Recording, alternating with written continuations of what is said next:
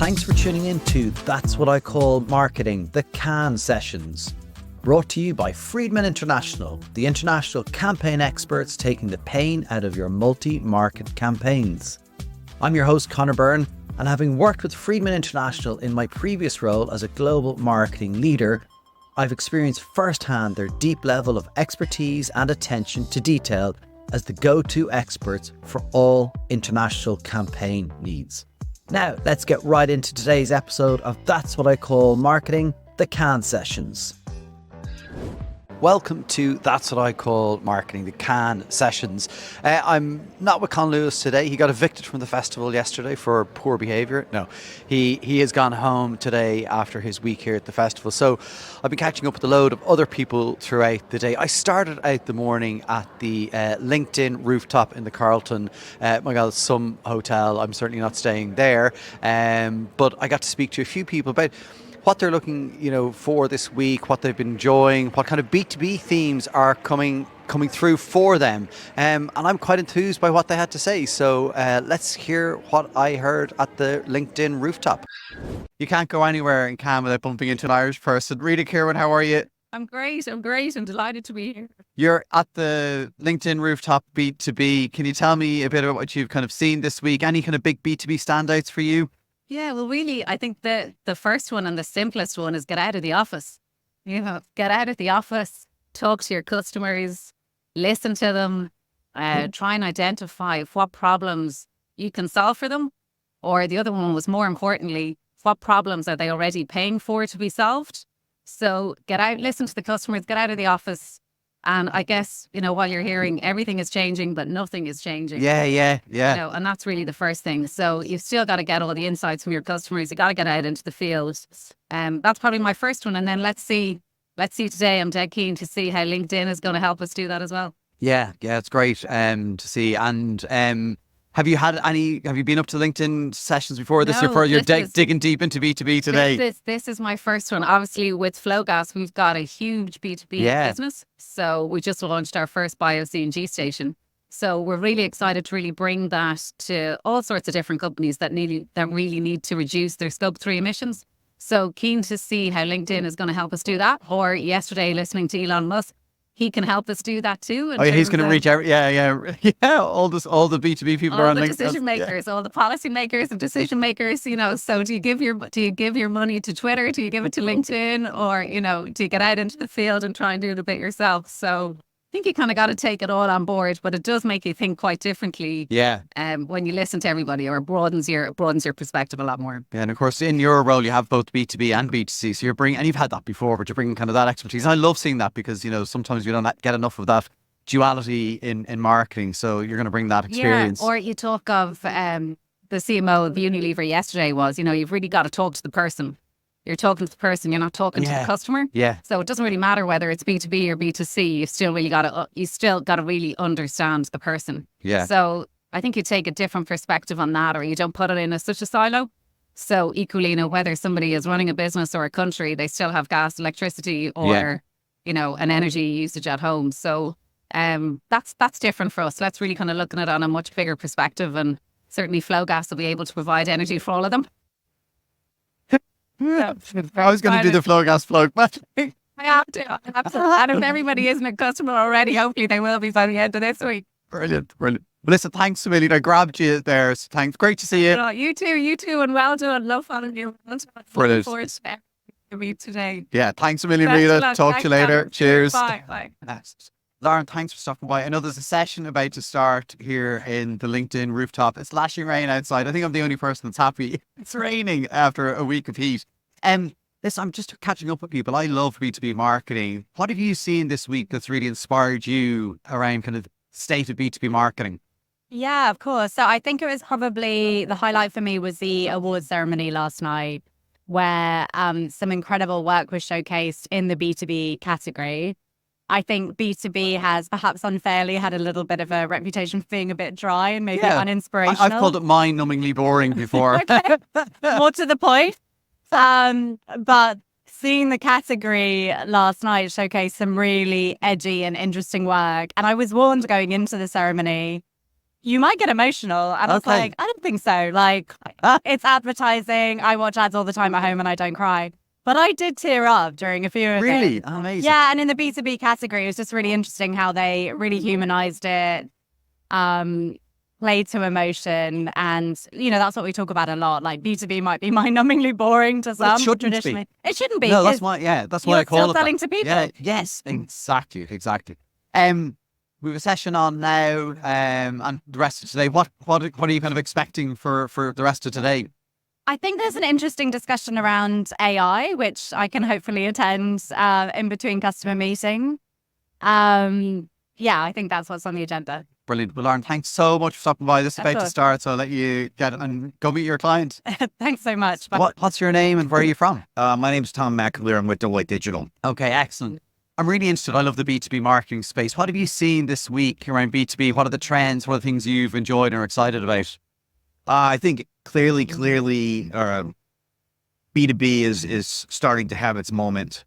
And while most companies haven't invested historically, it's about time that it will happen.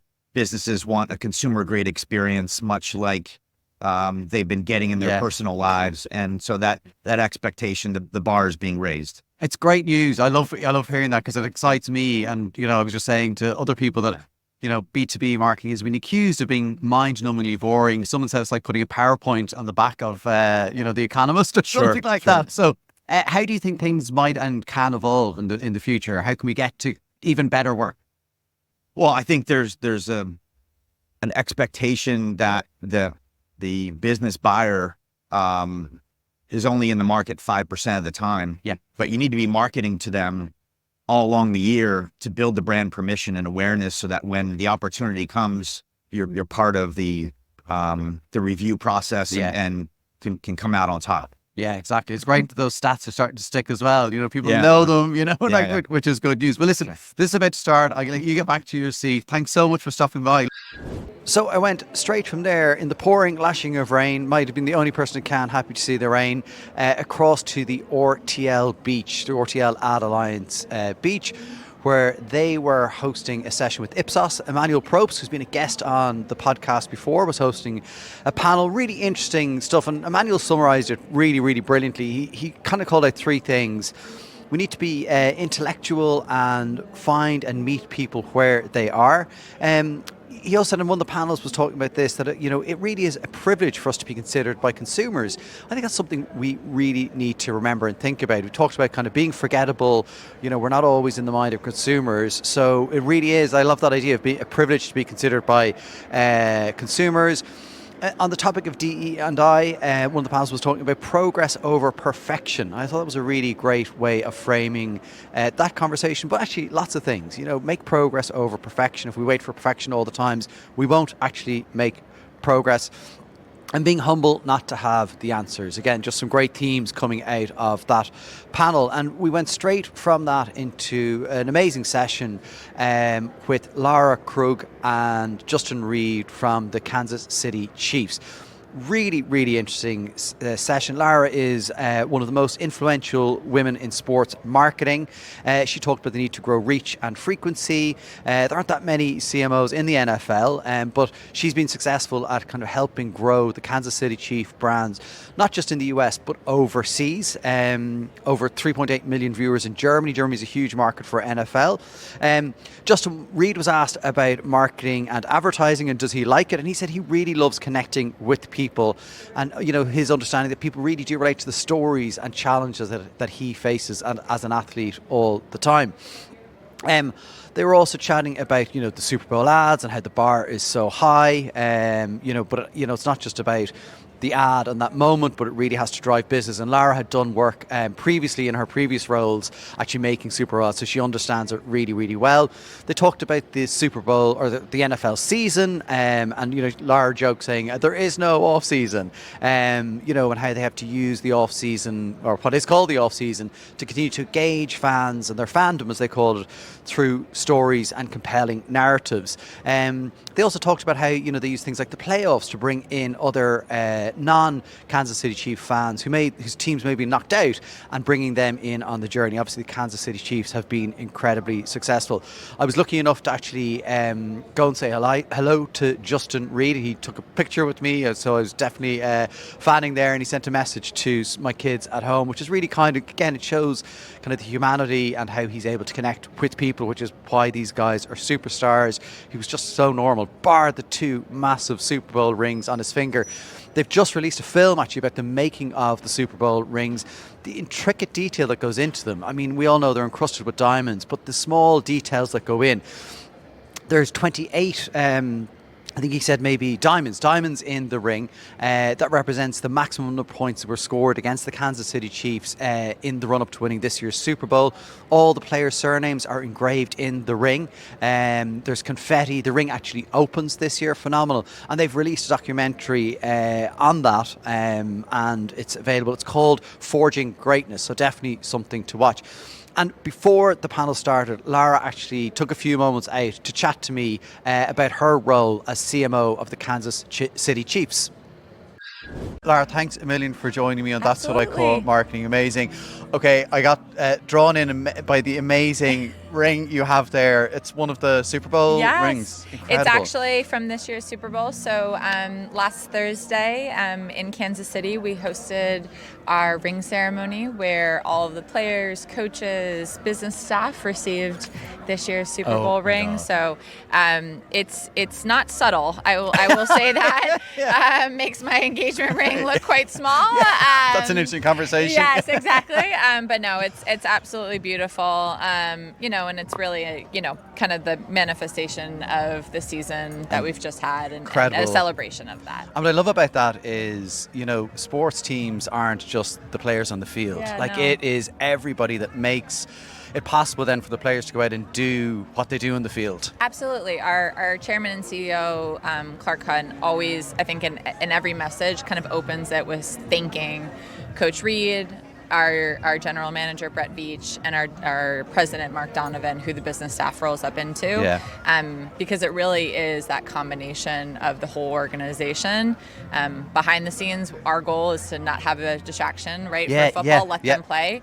But at the same time, make sure that we are fulfilling the business needs that we need and really preparing for success. And it's been going quite well. It has been going quite well. Years. Yeah. I have to say, my kids at home, they know I'm here. They're pretty underwhelmed by the whole week. And then I said I was meeting you, and they're just like, oh my God, they've an aunt in the States who's bringing home Chiefs jerseys for them next week. So there you go. So it's international. And that's one of the things with the sport and probably the Chiefs maybe more so than others, is you're kind of it's getting out into the world. That must be a huge part of your role, kind of thinking internationally about marketing for the Chiefs. It has. So I joined the organization 3 years ago, and one of the main kind of pillars when I joined was that we wanted to grow the brand internationally.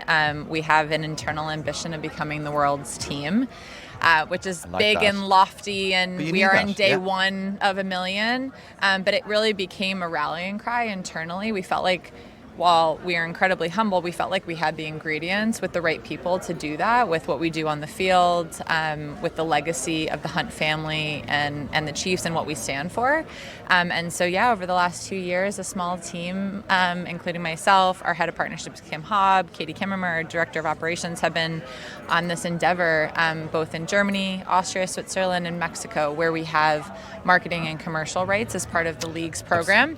And it's been an amazing 2 years, and getting to play last year in Frankfurt was kind of a key moment for us in that journey. Amazing. Yeah. I used to work for Indeed, and we actually used to support the Eintracht Frankfurt. Seems it's a great stadium there. Great brand, Great, amazing stuff. So how do you approach the marketing? I mean, it's a big, lofty question, but how do you go? There's so much, I guess, you can be doing and could be doing. Yeah, we really. So when we were building our business plan for what would be kind of the focus, it was really based on 3 things. And the first 2 being fan growth, right? And brand awareness, for the ultimate goal of trying to commercialize the business over time. But we really were focused on how do we make sure that we're figuring out who are the right potential fans, specifically in the markets that we had rights for. Obviously, the avid fan base, as we call them, is quite small in comparison to the U.S. Yeah. So that was a big focus. How do we get those, brand advocates to start talking about us? But really also approaching it more for the casual fans. We are entertainment. We are American. Trying to not be someone that we're not either. So there's been education, but done in a fun way. But it's really been about bringing who we are as a values, focusing on that, brand awareness, showing up in really, I think, creative ways. Yeah. And I'm a huge believer that the frequency has been a big part of it for us, because we know we're still a fraction of the fans' time in Europe, right? Yeah. So we have to find ways that we show up more than just a game and more than just a season. Interesting. So we don't want to compete with soccer, to be honest. I think we believe there's space for American football and the Chiefs, but we need to provide new value, new entertainment versus trying to compete for the same kind of mindset when a European fan's watching soccer. And is it do you find there's a type of fan, it's hard, obviously not getting into kind of segmentation or personas, but is there you find that a football fan is more into American football? I mean, in general, it's definitely a much younger fan for the most part that we're finding is willing to gravitate towards American football, understands kind of the entertainment aspect, is watching it on social and digital, right, is following along. But we've seen it be, very unisex. So we've seen men and women. In Germany, we've definitely seen a gravitation towards a lot more males.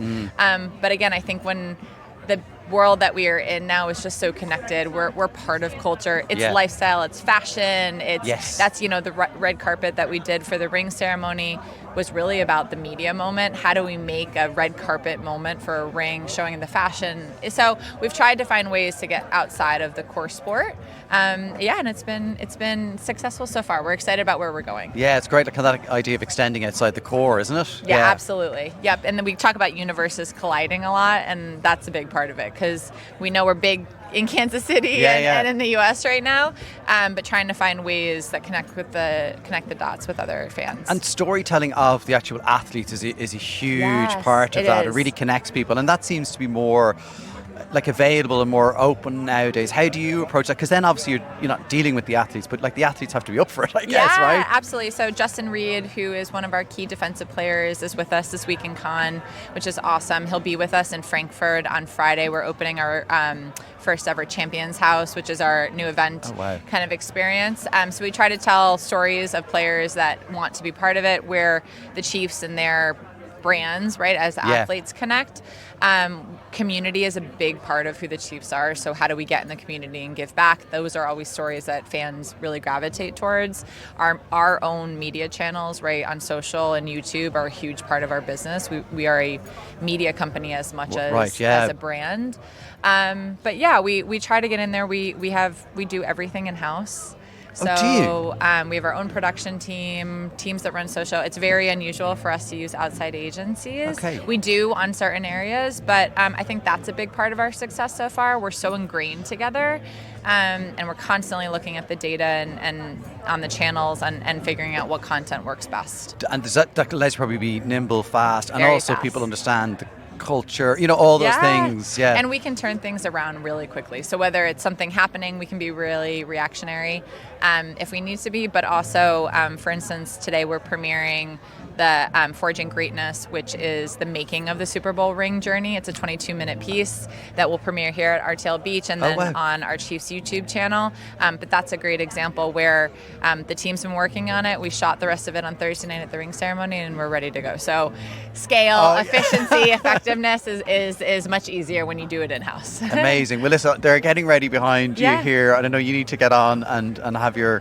panel here, which I'm going to hang around for. Thanks so much for stopping by. Thank you for having me. No, it was an absolute pleasure, and my kids will be thrilled that I actually stood beside us. Go Chiefs! Exactly. Go Chiefs! Thank you. Thanks a million, Lara. Absolutely. Cheers. So I'm just going to be joined now by Lorna, who's with Droga 5, and came over with the Young Lion competition, and Lorna's going to share some great news with us about their progress in the Young Lion. Lorna, welcome back to That's What I Call Marketing. The last time we spoke, we were in what we call the backstage of Whelan's, but it was a dingy room at Whelan's, now in the south of France. It's a lot different to the green room in Whelan's, I'll give it that. I mean, we didn't have the yachts there, but we're in Cannes now. We're in Cannes now. So Great news. So you're here for the can line competition, young line competition, and some good news that you're going to share with everybody. Yes, some great news. So we have been shortlisted in the digital category. So Team Ireland are on the shortlist, down to the final 7 out of 50. So absolutely delighted. Kind of a bit wild. Don't believe it just yet. Like it's been the last kind of 72 hours of go, and then that news came in within kind of half an hour of presenting, and we were just like, oh, we present again. And now we wait till tomorrow. Yeah. Did you know you were going to have to present twice at any point, or? We knew if we were shortlisted, we'd have Okay. to present twice. So we decided we were going to mentally prepare ourselves for 2 presentations. Oh, I like that. You know, you only get one chance here. So we said to ourselves, we're going to have to do this twice. Like, unapologetically. You know, you have to back yourself. You know? Yeah. So we decided back ourselves, we're going to have to do this twice. Let's get ready for that. And we presented twice within an hour, Oh, wow. essentially. It was all go. Can you talk anything about the brief and your response at all? Yeah. So we got briefed on Monday, and it was Project Dandelion, which is Mary Robinson's. Her organisation, which is obviously something where you sit there going, we're Team Ireland. Yeah. You know, the former president of Ireland, the Ireland we were born into, was run by this lady. And that's a lot of weight on your shoulders all of a sudden. And the brief was to recruit 10 million dandelions to the organisation to help rally for COP30. Okay. It's a big brief, big ask, 10 million. Yeah. Not a short, you know, or not a small few people that we need to get on board. So we did what we said we'd do. We took ourselves away from here.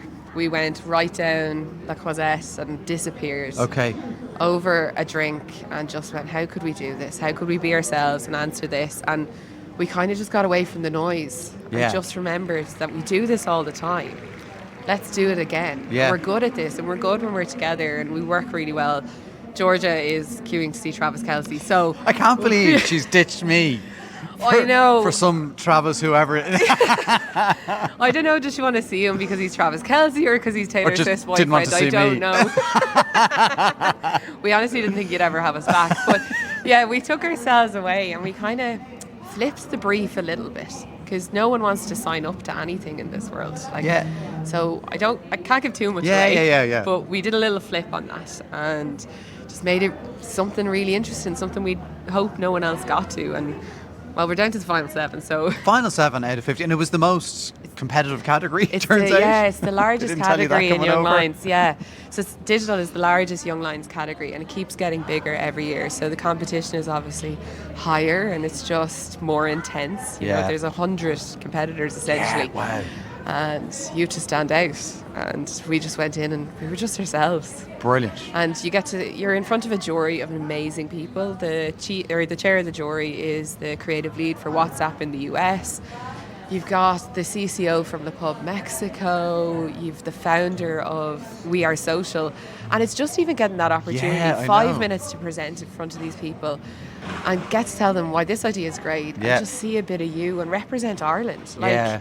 Leave a lasting impression, and obviously you've got the pressure of Mary Robinson's organisation that you're there for, so you have to give a nod to her and being Irish and why this was so important to you to answer this with everything you had because so much it passion. deserved it. And is it only a 5-minute presentation? 5-minute presentation my God. and a 5-minute Q&A.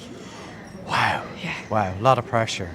So you just wait around now and So wait to tomorrow find- morning Okay. at 10:30 on that stage, just over there On the terrace stage? on the terrace stage. Oh, if I'm around, I'm going to have to get down for that. I'll be very offended if you're not there now. Especially with this view. You can see it from here. I think I asked Jimmy to chat to me at that time tomorrow. If he chooses you over me now, that's a whole other story. He hasn't responded, so I know where to find him though. Yeah, you might be able to catch him from here. But we'll find out if we place. So there's gold, silver, bronze place. So we will. But look, coming over here, first of all, we said when we met the last time, to be here was phenomenal.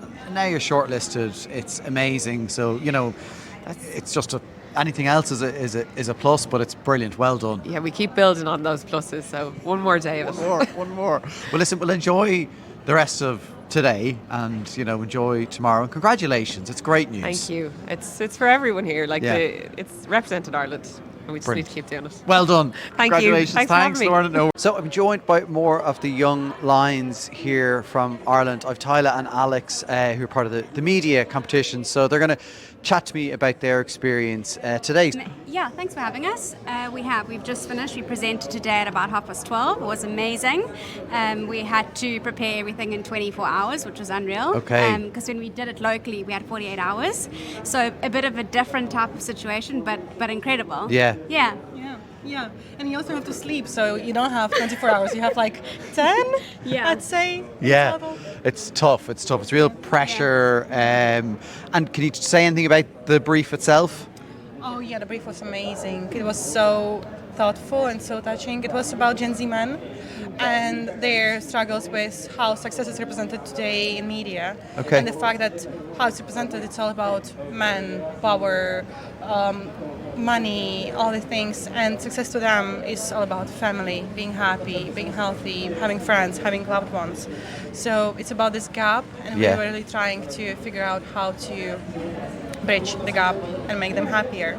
It's a real disconnect there. Yeah. Literally, the whole response was, how do we bridge the gap between the two of what is reality and what's actually being showcased in media, which is quite a powerful thing to be able to answer. Yeah. So hopefully we did it right. And I was told to Lorna, 5 minutes to present, 5 minutes for questions. 5 minutes, although flip, we went over. Did you? Yeah. Asked so many questions. Yeah, we had a load of questions, and the moderators eventually were like, guys, to the judges, we got to wrap it up, we got to go. Maybe a good sign. Fingers crossed. Fingers crossed. So you find out tomorrow? Tomorrow, yeah. I think the awards start at about 9:30, and then they'll announce everyone, and then the gold winners get to actually go up in the evening at the final award ceremony, which is unreal. Oh, Yeah. wow. Okay, Yeah. okay, amazing. Well, listen, best of luck tomorrow. I'm going to try Thank you. pop down. It's going to be on the terrace, I think, is it? Yes, Tomorrow? Okay, I'm going to yes. try pop down and see and, cheer on. I said, I'll just go find an Irish flag somewhere.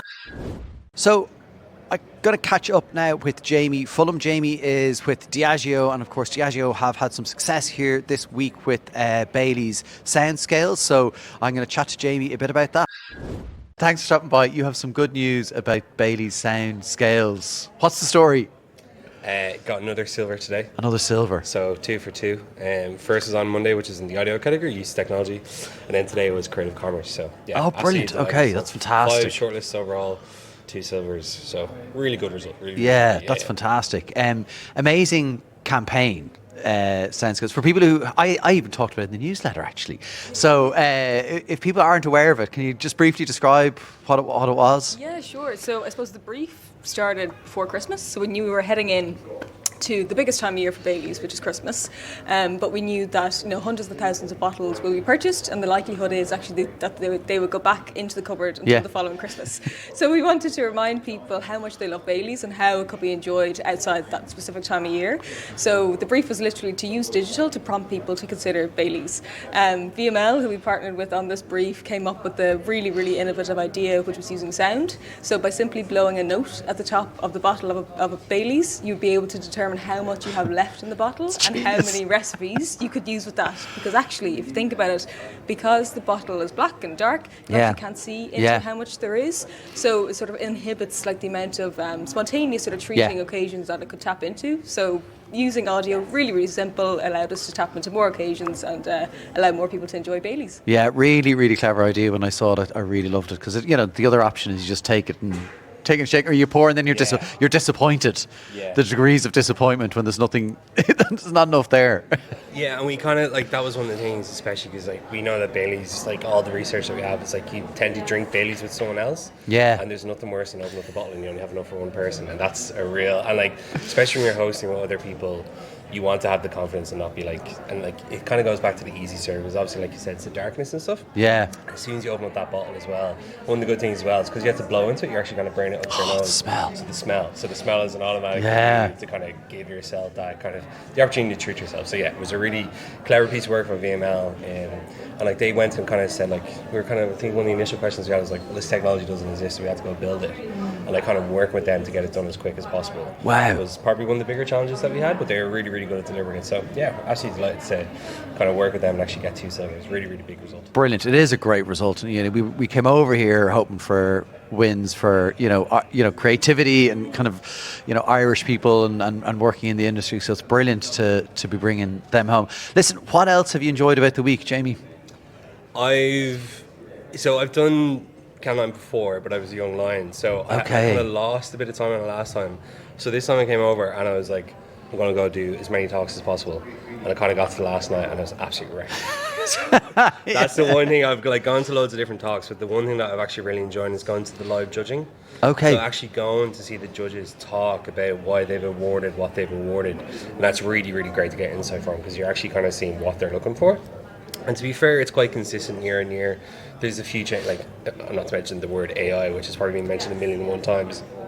I've avoided all that. Yeah, I've heard that before. I've avoided all that kind of stuff and just actually gone to what the jury's actually looking for. Right, yeah. I found some really interesting sessions around the use of it at home and the use of different mediums. And a key kind of I suppose, trend that they do is obviously take something that wasn't a piece of creative or wasn't a media touch point before, and then now reuse that as a media touch point and piece of creative. So I really enjoyed going to them, the live judging, and then just walking the palette. I think if you can go off to your fancy beaches, you can do all the really cool parties, but the majority of stuff that's really insightful is downstairs on a board. That's where I really get the most. That's what I enjoy the most.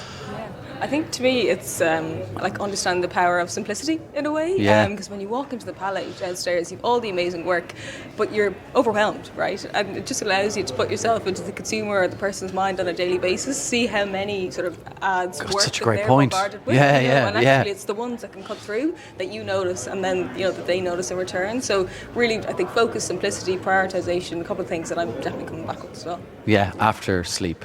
Yes, that too. And cool, warm, not too hot. We're such winch bags, aren't we? Like we're in the south of France, it's roasting hot. And we're like, it's too bloody hot. Doesn't get more Irish than that. Well, listen, congratulations, great news. Thanks for stopping by to tell us about it. And I kind of feel like a Bailey's now. That's the only problem. Anyway, bit of ice in this. God, Bailey's and ice. Right. Thanks a million, guys. Cheers. Congratulations. Cheers.